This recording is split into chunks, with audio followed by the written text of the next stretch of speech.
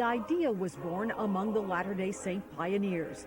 A small choir sang at a church conference 29 days after their arrival in the Salt Lake Valley on August 22, 1847. Oh, say, can you see my dawn's early light? Now one of the oldest and largest choral groups in the world, it has indeed reached many pinnacles, resonating in song and spirit to people of many nations. Earning 5 gold records, an Emmy, and a Grammy, the choir has performed for 10 American presidents, one of them offering a title that remains America's Choir. Because the singers have become a universal symbol of peace and freedom, President Gordon B. Hinckley calls the choir the crown jewel of the church. Now there is another milestone, the choir's 75th anniversary in broadcasting. The celebration began on a tour of the northeastern United States.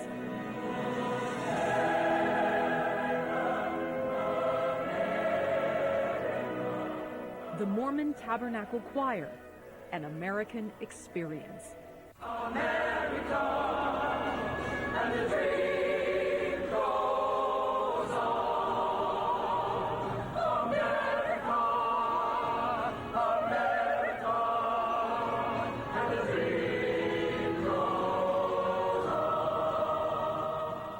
It could be the Mormon Tabernacle Choir's new theme song. The dream does go on, and it's a big one, starting with the way this group travels. Leaving Salt Lake City on 3 chartered planes, the 360 singers plus 200 guests entered Midtown Manhattan on 10 chartered buses with a police escort. I think we would have been hours, days maybe, to do it any other way, but it's exciting to pull into Times Square and to be here. New York State picked us up well outside of New York, and then we had New York City Police after that. It was wonderful. And trying to keep all 10 buses together is impossible, of course. Right. But they did a great job. Good to be here. The choir travels with more than 1,600 pieces of luggage. This will be concert number 7 in the Northeastern States tour. This night kicking off the choir's 75th anniversary of broadcasting music and the spoken word. The newspaper articles, television, radio, and the way they treat us is unreal. Concert venue in New York City is the famed Lincoln Center, specifically Avery Fisher Hall. Governor George Pataki watched with family from the first tier. He was one of a number of dignitaries.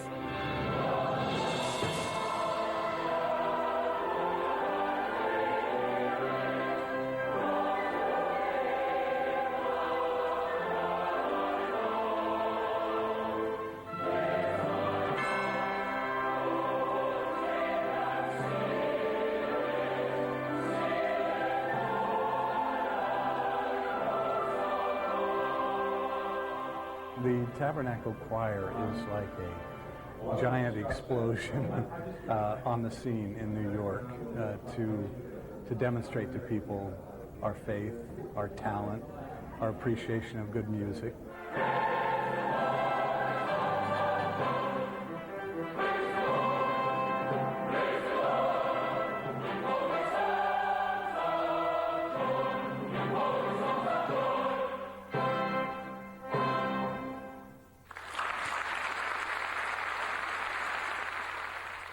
So many in the audience left the concert thoroughly pleased.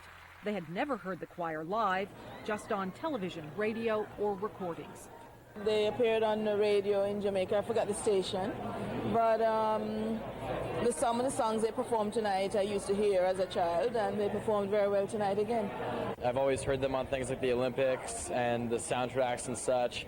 And I was very impressed. The live performance was very good. I thought it was quite spectacular. It really, the harmony could not be compared to anything I've heard. So have you ever seen them? No, I've never seen them before, and to hear the music was a very great privilege. Music is good for the soul, and this was good for my soul tonight. 2 sons of Richard L. Evans, the man who was the first writer and voice of music and the spoken word, were invited to share in this special anniversary concert. I have memories of coming here to New York with the choir during the World's Fair, and going to Seattle with them during the World's Fair when my mother would not go, so I was my father's roommate. And so this is nostalgic. It really is. I'm glad for my children now, who never knew their grandfather, to kind of get a feel for what his life meant to us, because this choir is part of our family.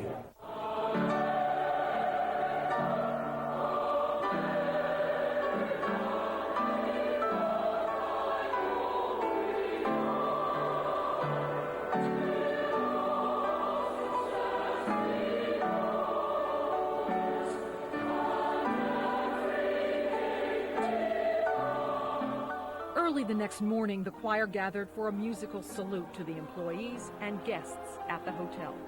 Absolutely beautiful. I have goosebumps. I'm warmed up. I came in here asleep and it just woke me up. I have all this energy now. I felt like getting in and singing myself. Have you ever heard them perform live? No, absolutely not. This is an honor to absolutely see this live. Wonderful. I'm absolutely speechless. The New York City concerts were still not over. This time the choir hooked it to Rockefeller Center for an appearance on NBC's The Today Show. As they opened their mouths to rehearse, the sky opened up too.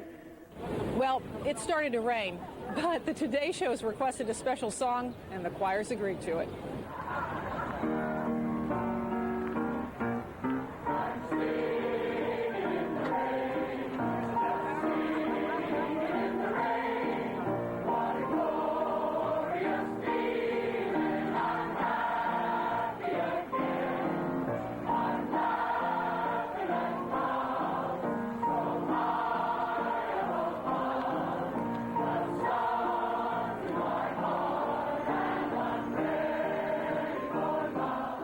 I still remember one of my favorite moments from the Olympics in Salt Lake was when Al was with them that morning, and it was just spectacular. So I'm a huge fan. It puts us in the spirit for the holidays, and it's always good to have the choir here.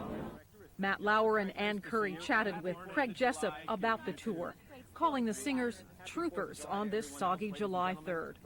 Tell me about the radio show. 75 years. 75 years, started in 1929. It's the world's longest continuous network radio broadcast. Music and the spoken word, a 30-minute program. Same format. I think it's the only still live music show that's still on the air today. It's made broadcasting history. The choir said farewell to the city with America the Beautiful.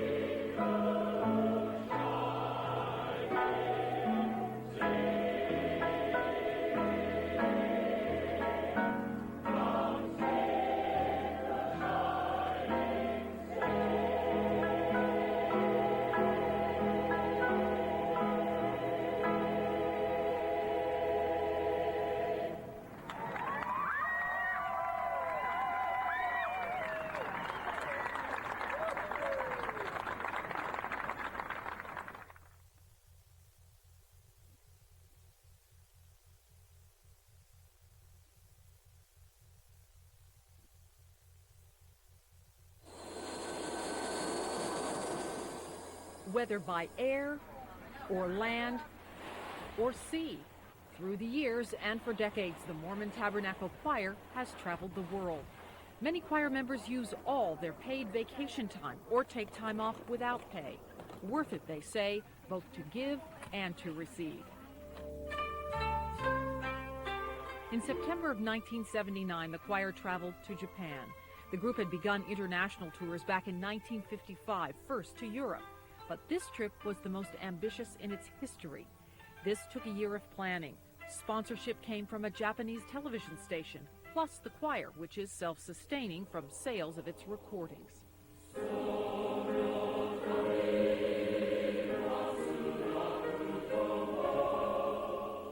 With music sung in native tongues, the choir bridges countries and cultures. Audiences were warm and appreciative. The ambassador was impressed. The Mormon Tabernacle Choir represents the best in American culture and the American pioneer heritage of the West. In September of 1988, after 20 years of planning, the choir headed to the land down under. It was there to help celebrate Australia's bicentennial.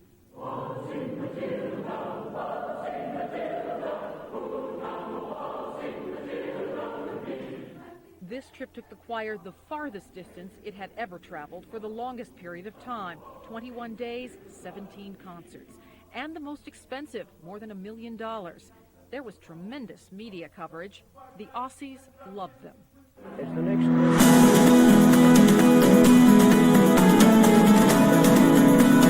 They really come from God.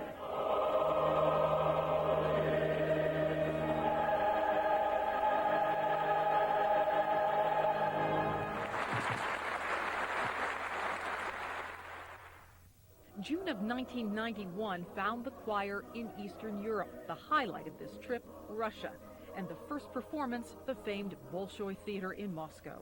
Choir members witnessed an historic moment when the vice president announced official recognition of the Church of Jesus Christ of Latter-day Saints. It opens doors for us all over the mighty Russian Republic from Leningrad to Vladivostok. Not long after the end of the Soviet Union, the Mormon Tabernacle Choir left a powerful impression, all of which culminated in this concert in Leningrad.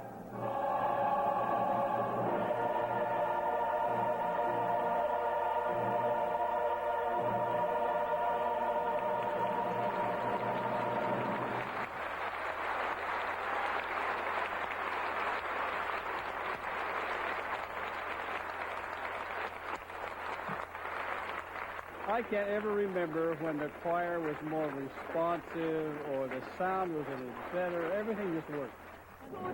Very wonderful singers. God bless you and thank you for everything you do, and we are waiting for you. And others were waiting. December of 1992, the choir made another historic trip, this time to the Holy Land.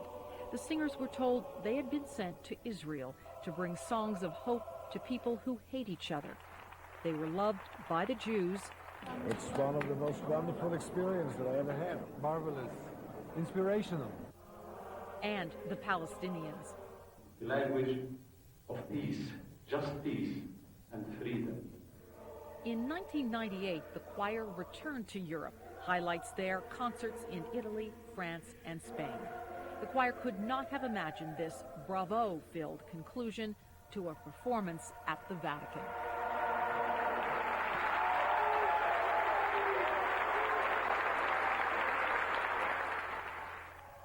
In Marseille, some called it miraculous. Hours before only 200 tickets had been sold, suddenly there were 2,000 people in the audience.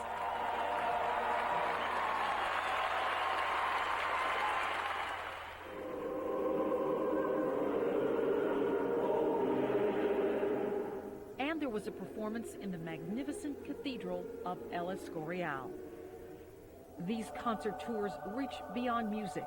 The performers believe what they do unites people because their message goes to the heart and enriches the spirit.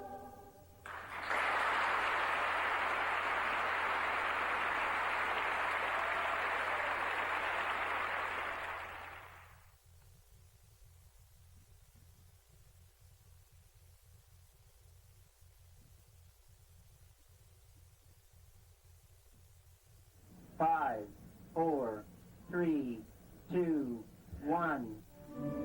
From the crossroads of the West, we welcome you. Music and the Spoken Word is the longest-running program on nationwide network radio.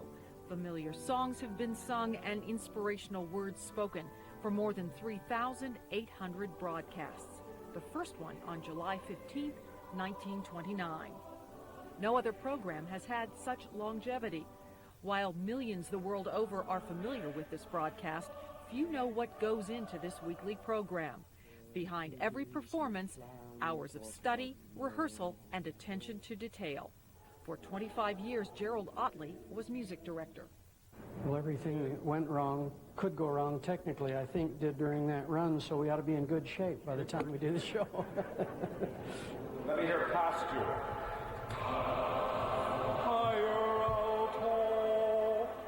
Craig Jessup has been the man in charge for 5 years now, leading this group to new experiences and new heights.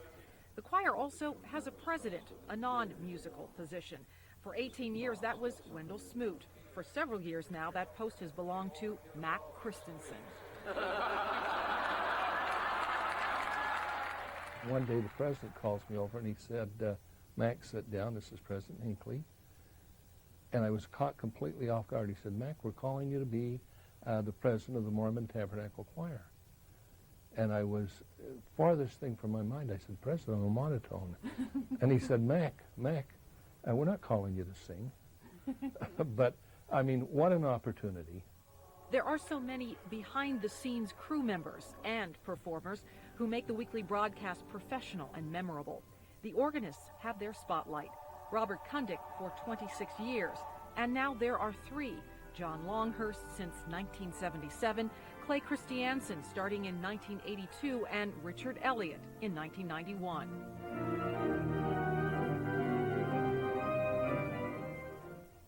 And wherever the choir is in the world, that's where music and the spoken word is recorded. In 1998, we were behind the scenes in Barcelona, where a Spanish television station's 8-camera crew took on an unfamiliar assignment. Fortunately, the producer Ed Payne speaks the language, skillfully handling an audio snafu. We get to a point where everything comes to a head, and for 1 hour, it seems like that the world will end if we don't get going in the next 1 second. On that tour, this was one of 3 locations for the weekly broadcast. The choir began in London.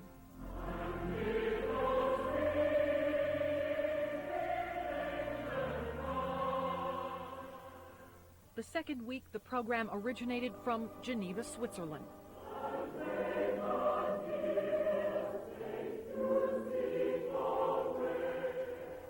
And then in Barcelona.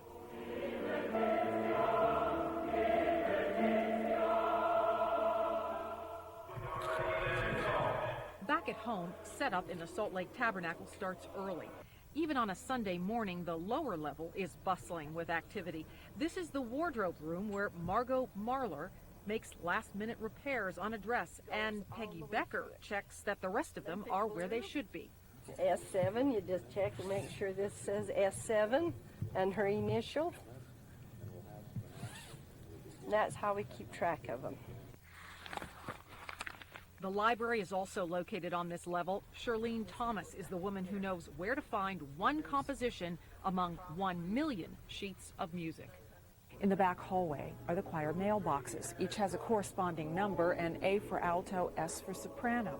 They pick up their music and head up the back stairs to the choir seats. As they hit the top of the stairs, they come around the corner, and each has an assigned seat. It's rehearsal before the broadcast. Now you see what the choir sees. Today, producer Ed Payne still sits in the booth at the Tabernacle with his crew. But the show's director, linked by miles of wire, Wendy Wood-Crossman, is stationed across the street in the conference center.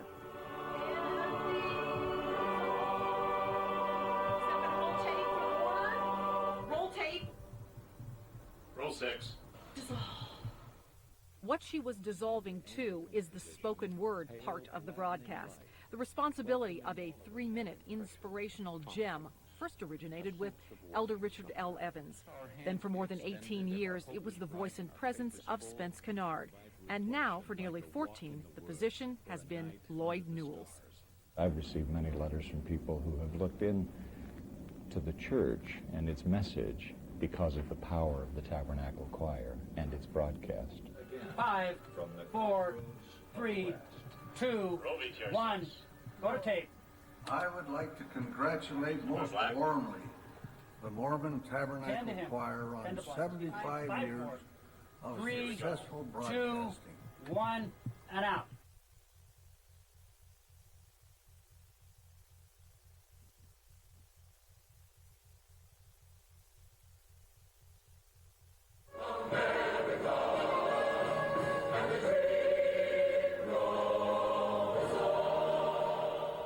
What could be more appropriate than 2 of the great American musical icons celebrating the nation's birthday?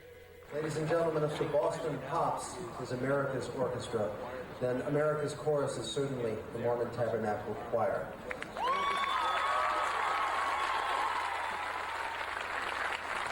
Founded in 1847, this justifiably world-famous group has toured the world. They've released over 150 recordings, many of which are close to so many of our hearts. It's a pleasure to have them join us on the stage for this special event. Please welcome the Mormon Tabernacle Choir. Traditionally, this is a two-night event for the Boston Pops. First evening, July 3rd, a dress rehearsal. Chairs are set up for invited guests and the dignitaries, among them Governor and Mrs. Romney. And clearly, hundreds of thousands gathered along what's called the Esplanade. The choir means a great deal to people all over the country, and to have them here celebrating the 4th of July, singing the 1812 Overture, that's really something. And I think it's significant, too, that they're being broadcast to the armed services across the world, and I think it's got to be very special for everyone to be able to listen to them sing such beautiful, beautiful music.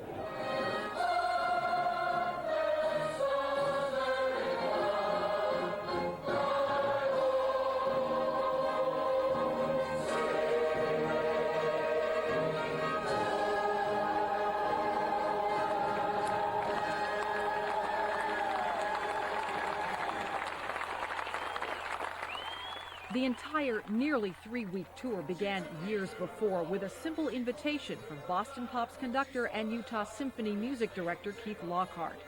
He and the choir formed a friendship when he first arrived in Utah. They were one of the first entities in Salt Lake to welcome me to town. They gathered around me, which is kind of scary when there's 350 of them. It's a good thing they were a friendly mob and sang Climb Every Mountain.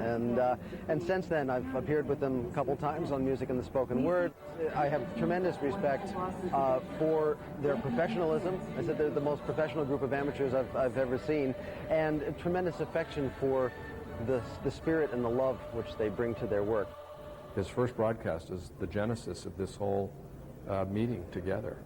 We're sitting there waiting to go on the air, and he says, gosh, we ought to get together with the Boston Symphony. And I said, you ought to invite us. And it worked. It's Mom, Apple Pie, the Mormon Tabernacle Choir, and the Boston Pops. How can you get better than that?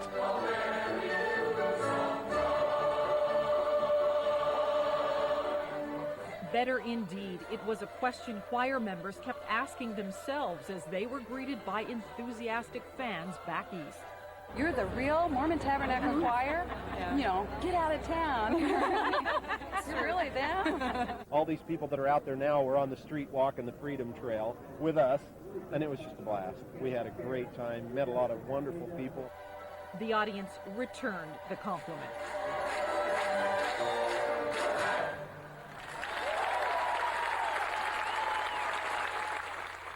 The choir's been really spectacular. Actually, I saw them probably about 10 years ago when I was out skiing and stayed in Salt Lake, and went by one early Sunday morning, and they were great there, but to see them in such a patriotic atmosphere is really special. Have you heard the choir? Mm-hmm. And what did you think? I think they were great. A concert the next day, the 4th of July, was a very different experience for some members of the choir. First came the security checks with bomb-sniffing dogs. And when the singers arrived on location, some in concert dress went one way, others wearing street clothes went another. The microphones were positioned on stage to pick up the orchestra, but the choir members stood on risers in front, technically impossible to mic. So the choristers the audience saw were not the singers the audience heard. What audience members are seeing is the men in the black suits and red ties and the women in the blue dresses. What they're actually hearing are the people behind these curtains. We're in here because we are like the studio choir. We are the voices of the people that the audience will be hearing, but they will be seeing and looking at lip syncers. It's the way they do it in real television. It just had to be done that way. It's the way Boston required it for national television. That's right, the 260 earnest-looking choir members, all dressed up, standing in front of the Boston Pops, were not singing. Their 100 colleagues behind the scenes were. Here's what the audience saw and what the audience heard.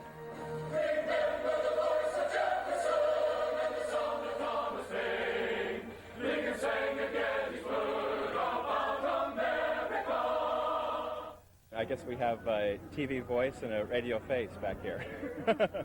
We've been working for a long time to get a top 10 list of what are the best names for this group. Not ready for primetime players, too ugly for television. The Blessed 100, that's the one we like the best. Despite the self-deprecating humor, this setup was a challenge for the 100 called the Tent Choir. They took direction from their conductors, who they could only see on monitors. We're their voices, they're our faces. It's great. Besides, it's cool in here. This was not the first time the choir had lip-synced its way through a huge event, opening ceremonies of the 2002 Winter Olympics. Back then, the members first recorded with John Williams and the Utah Symphony.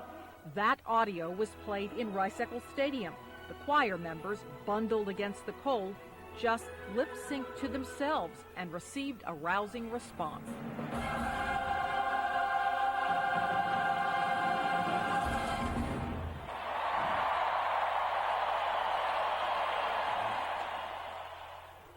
Here in Boston, 1 year and 5 months later, with a crowd of 700,000 on the grounds and millions watching on television, the voices of the tent singers rang out, and the Mormon Tabernacle Choir added one more important concert to its impressive and historic list of appearances.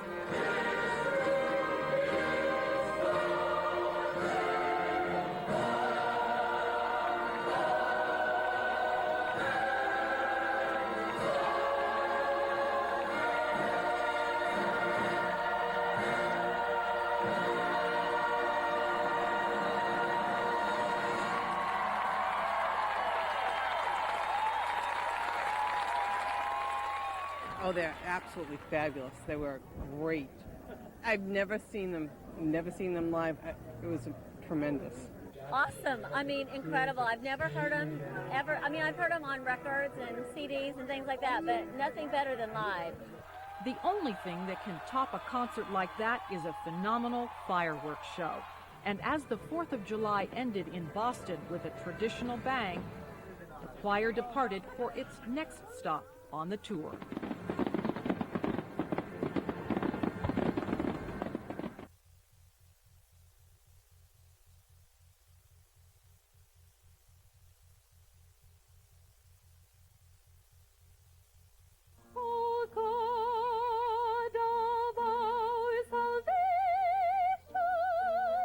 I was surprised at what you go through to get into the choir.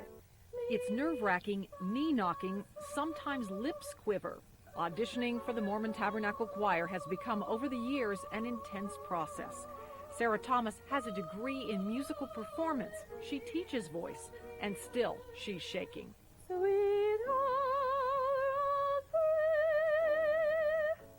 Wondered if, I really sang as well as I know how to. The sight reading was tough, and I wished I could have gone back and tried that one more time.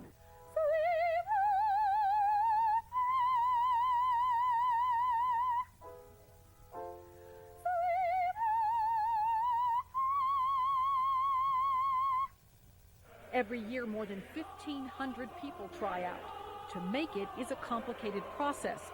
Those who want to audition have to pass a threefold test: the application, cassette tape, written test, and in-person performance. If conductors Craig Jessup and Mac Wilberg like what they hear on tape, applicants are invited to take a written test. You will hear, and then you have to identify that. Is it a perfect fifth, a perfect fourth, a major third, a minor third? This is a perfect fifth. There are two parts: the audio or listening section, which tests a person's musical aptitude. This is fill in the blanks. Applicants either know what a minor third is or not. This test. The deathly test. Well, you sit there for like an hour and a half with these microphones on, and it gets progressively more and more difficult. So, yeah, that was interesting. The next part is multiple choice. For example, it will say a quarter note equals blank, or how many 16th notes. And you have these choices: 2 16th notes, 4 16th notes, 8 16th notes. The correct answer is 4 16th notes. When the taped audition, the audio part and the written are added together and divided by 3, that score of at least 80 determines whether there is a next step. The audition process is 4 to 5 months from beginning to end, and it's rather intense, and we realize that, and we're sympathetic as well, but with as many applicants as we have, it is very competitive.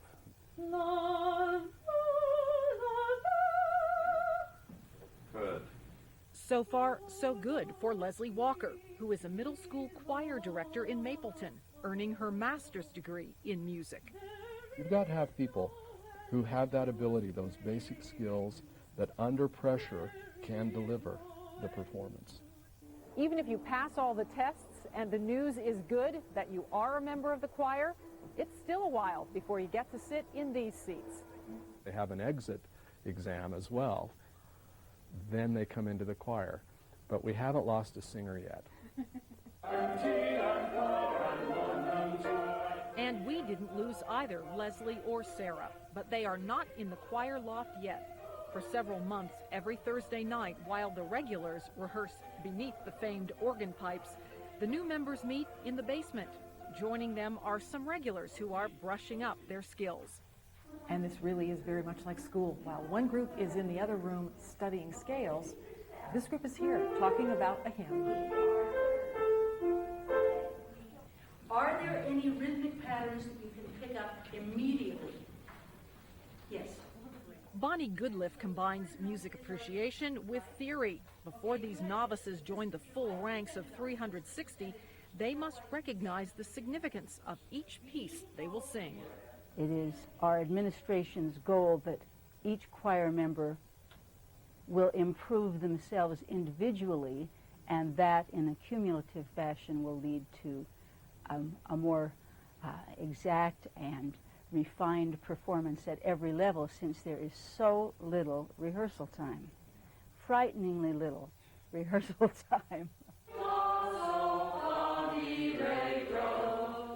Linda Margetts has the responsibility of making sight singers out of these new choir members so that they are able to grasp new sheet music in a few rehearsals and make it broadcast quality. Personally, I think that sight singing is the real crux of it, because that's where the quality will come in, and because of the tight schedule that the choir runs, it's just very important. After months of work and preparation, it's finally here, a first-time experience for these new choir members.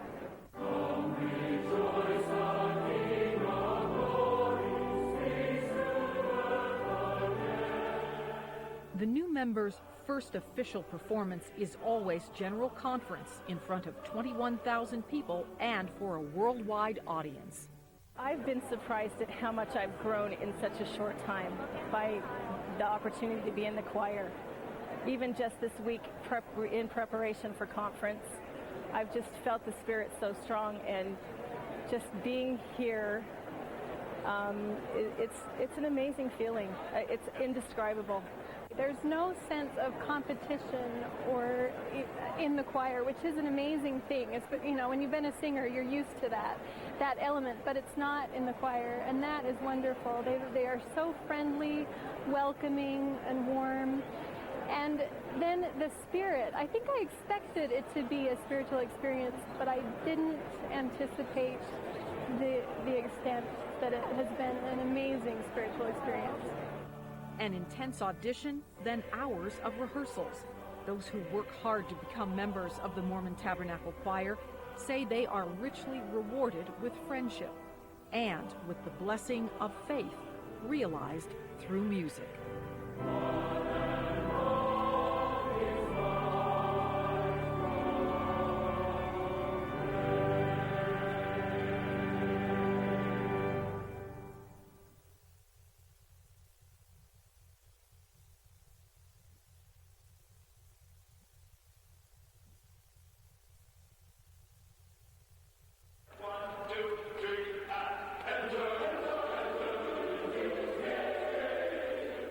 This same scene is repeated every Thursday night in the Salt Lake Tabernacle, weekly rehearsal for choir members.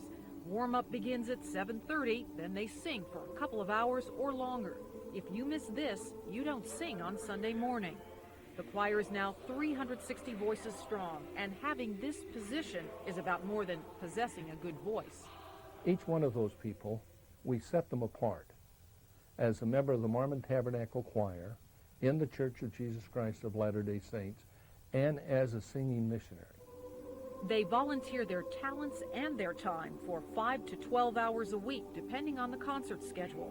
Because of that, they must live within a 100-mile radius of the Tabernacle. Their ages range from 25 to 60, and they must retire after 20 years in the choir. Many stay that long. So, who are they? Well, this is Dr. Craig Stevens. He is an ear, nose, and throat specialist who lives in Holiday. He feels his lifelong love of singing influenced his surgical choice. Okay. This one, she might, if she has any nosebleeds. I've taken special courses at some of our national meetings to learn more about the voice, and certainly on tour, as you're well aware, the voice gives out and it becomes important. Married with 4 grown children and 1 grandchild, he's been a choir member since 1990. He was inspired by watching his mother perform with the Tabernacle Choir. Singing, he says, is his way of practicing what he believes. We live in troubled times, and I think that extra spirituality really is important nowadays, especially when we're afraid to even talk about things spiritual. Meet Cindy Lambert. Oh, get it, Ben! Get it, Ben! Good job, Ben! Go! Choir member and soccer mom who lives in West Valley City. Singing with the choir since 1994 has been a challenge with 3 busy children, but her mother too was a choir member, so she has complete family support. I wouldn't be able to do it without my husband or my parents, because they are there, they cover everything when I'm not home. They take care of all the soccer games or all the piano practicing, all of the homework. Time spent in choir, she says, brings her great joy. I'm surrounded by wisdom and knowledge. It's just amazing to be among these people in the choir, and they are so kind and so generous. Here is Ron Jarrett. Well, of course you'll get him back, said Festus. His weekday title is Elementary School Principal in Riverton. He loves bringing storybook characters to life. The children know he's a bit of a TV star. It's always exciting because they've watched conference, and we saw you on television. We watched you, and you sing with the choir, yes. Father of 3 adult children and married for 32 years, he joined the choir in 1999, fulfilling a lifelong dream. It's been the most exciting experience I've ever had. This is just beyond words. This is just the greatest. And Beth Reinhold.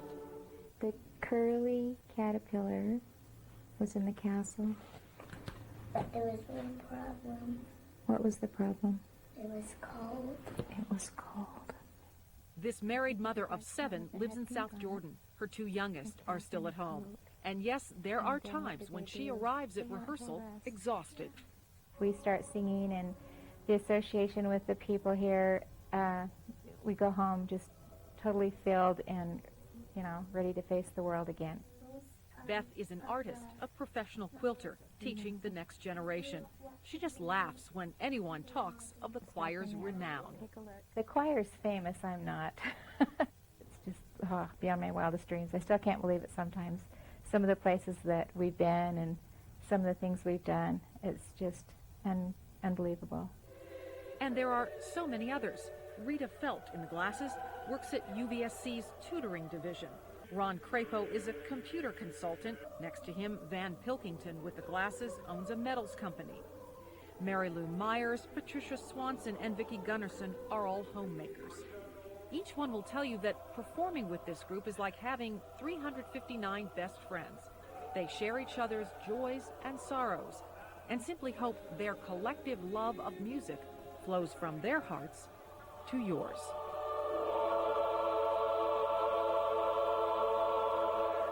Great. Put that away. Thank you.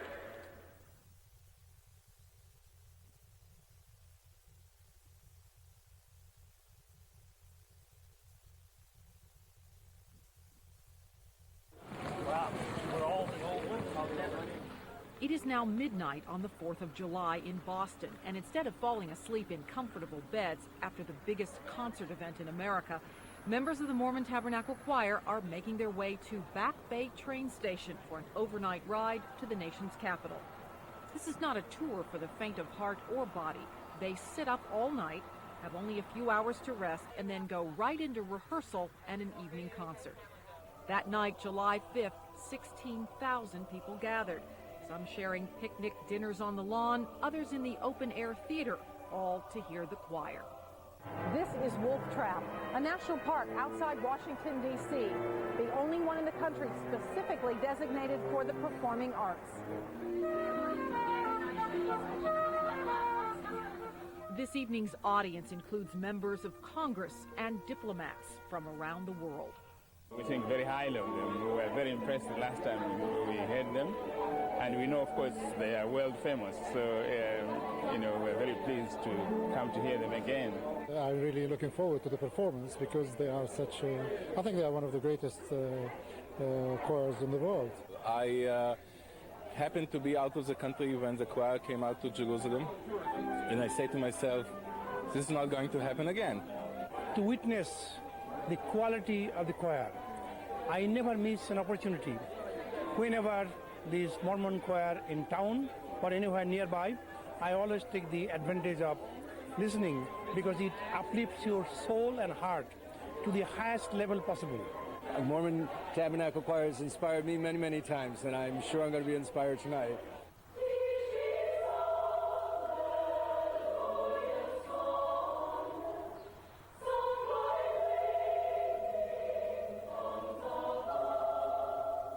The choir sang a varied program, traditional religious music to start, but as they had done throughout the tour, members of the orchestra on Temple Square brought out the bongos and the tambourines for a stunning number from Nigeria.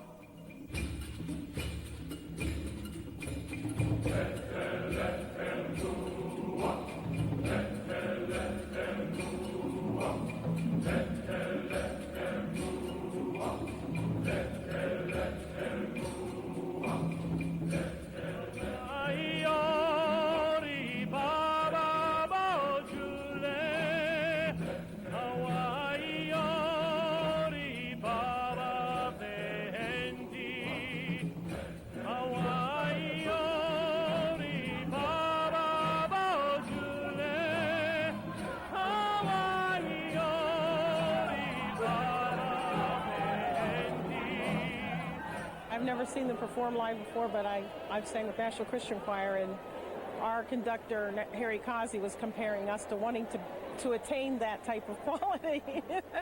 So he had a high regard for the Mormon Tabernacle Choir. I have never heard so many people sing so softly. It's easy to sing loud, but to sing softly, my goodness, wonderful. And just the contrast and the types of songs that they were singing and the expertise that goes into it. And I've been a fan of the Mormon Tabernacle Choir for a long time. It was beautiful. This is the first time I'd ever been to anything like this before. Just kind of came along for the ride, and I'm really enjoying it. They're incredible. They are absolutely wonderful. My husband and I sing with the Master Chorale of Washington, so we were very much looking forward to hearing another choral group. And that many voices, to have that much flexibility with the dynamic range from very, very full to very, very soft is amazing.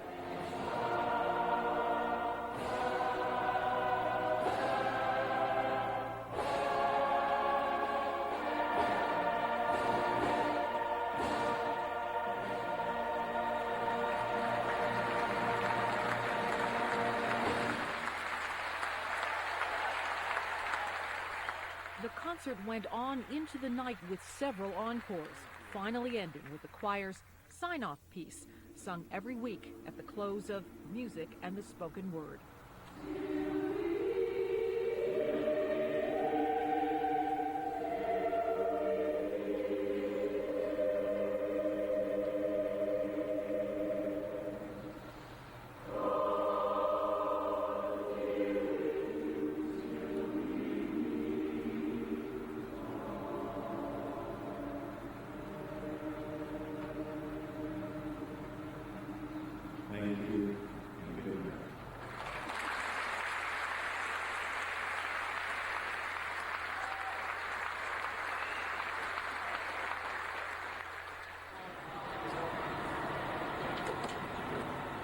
Before leaving Washington, D.C., the choir had one more appearance, a Sunday morning call on Mr. Jefferson.